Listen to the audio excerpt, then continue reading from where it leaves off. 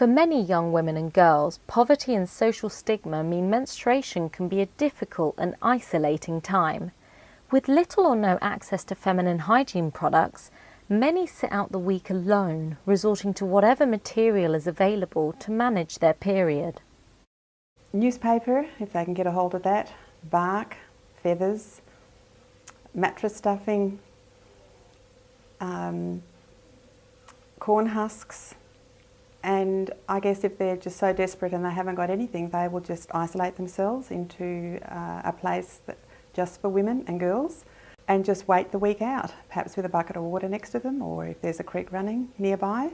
They don't have very much money, and if it's a choice between buying food and sanitary products, food will always win out. But for the last 8 years, Global Charity Days for Girls has been making and sending sustainable feminine hygiene kits to those in need. And in Bridgetown, Western Australia, Brenda's team have been working tirelessly to make a difference.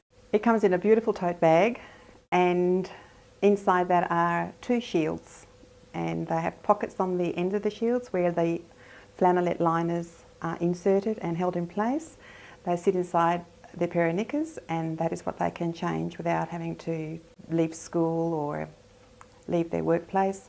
They get 8 liners, complimentary pair of knickers, they get a face washer, they get a little bar of soap, they get a couple of plastic bags, and they get a little chart that shows them how to use it and how to chart their menstrual cycle for the year. It gives them back their dignity, gives them back health and hygiene, and enables them to just keep on doing what they're doing without any fear of feeling ashamed or embarrassed. The Bridgetown chapter has also recently taken things up a notch, launching a micro-enterprise in Papua New Guinea where locals can make kits on the ground. We have sent over 410 kits, along with donations of sewing machines, an overlocker, the cutting mat, the tools, the material, the templates to cut out the shapes of the shields, everything that they need to get started. The women need to be empowered and they need to be able to help themselves, and this is another great thing about Days for Girls, is they don't just distribute the kits, they do the education that goes with it, and they help set up lots of franchises, micro-enterprises, global alliance centres, so that, you know, this will just grow and eliminate these issues that stop women from becoming powerful contributors in their communities. Bridgetown's local Rotary Club has pledged funding to help the chapter push forward further and drive awareness in the local community. I think we were blown away so much about how something so basic and so natural could impede the future of a young girl, which then impedes the future of the community that she lives in. We, in this Western world, we take all this for granted. It doesn't even enter our head that we can't go to the shop and buy a packet of tampons. And to have this brought out in the public and make it voiced, so to speak, that people are going to go, oh, never even thought about that, never even thought about it, which will then just only help to help it grow. When we asked her, how can we help?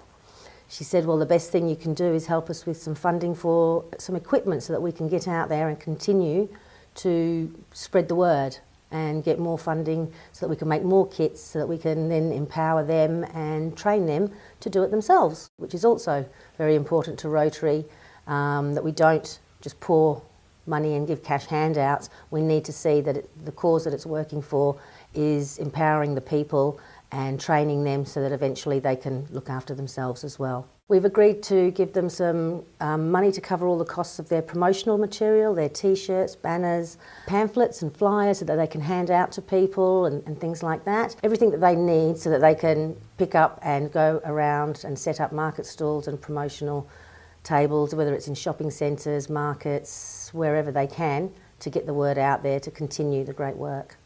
From the very beginning, Bridgetown's Family and Community Centre has also been at the heart of getting things off the ground. Now it's also offering space for volunteers to group together and make Days for Girls kits at the centre. Every term we have 3 days of workshops. We provide creche for people who are coming in with small children, and we can leave everything set up during the week so people don't have to spend a lot of time getting machines out and threaded and everything. And what we've found is that it's actually brought in participants of all ages, which in turn helps spread the word even more around the area about the project. It's been really good for the centre. It gives us a higher profile in the community and it makes us feel like we're doing something worthwhile. I spent a lot of time overseas and taught English as a second language for many years, and I've always really believed that everybody's the same, everybody wants the same thing out of life, and the best way to feel good in yourself is to be helping other people. So I really like the idea that we're expanding way beyond our little country town limits here and helping somebody else in another country. And the fact that we'll get feedback from what's going on here is just really satisfying, and it makes people realise that even though they're not doing very much, in their eyes they're really helping somebody out a lot. We've grown so fast, it's a bit overwhelming at times. I find, I'm at the computer all the time at the moment, but it will all pace out eventually as more people come on board. We have a committee now, and the treasurer, secretary, all of that. Got our bank account, we've got a sponsor with Rotary, we've got this beautiful centre here, and we've got groups in and around town, either as little teams or as individuals, all working and feeding into us at the moment to help us reach our goals.